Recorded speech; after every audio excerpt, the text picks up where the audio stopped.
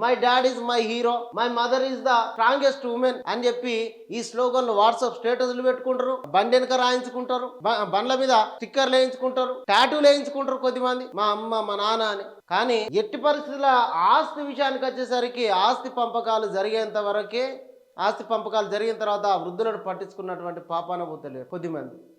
ఇక్కడ ఆస్తి వంచిన తర్వాతనే అంత్యక్రియలు కొన్ని చోట్లల్లో. నిత్యం పేపర్లలో మొత్తం ఏమని రాస్తారు, నిత్యం పేపర్లలో ఏదో ఒక దగ్గర ఓ వార్త చూస్తూనే ఉంటాం. ఆస్తులు లాక్కొని తల్లిదండ్రులను పట్టించుకొని కొడుకులని, తల్లిని గెంటేసిన కొడుకని నిత్యం వార్తలు చూస్తూనే ఉంటాం. కుక్కలకి ఇచ్చేటువంటి విలువ తల్లిదండ్రులకు ఇవ్వనటువంటి పరిస్థితి కనబడుతూ ఉన్నది.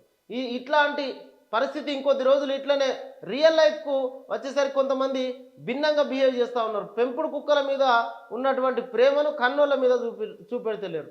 మలి సంధ్యలో రెండవ స్టేజ్ లోపల అండగా ఉండాల్సినటువంటి కొడుకులు చిన్న పెద్ద తేడా లేకుండా ప్రతి ఒక్కరు కూడా తల్లిదండ్రుల పట్లన కొంత చులకన భావన చూపిస్తూ ఉన్నారు.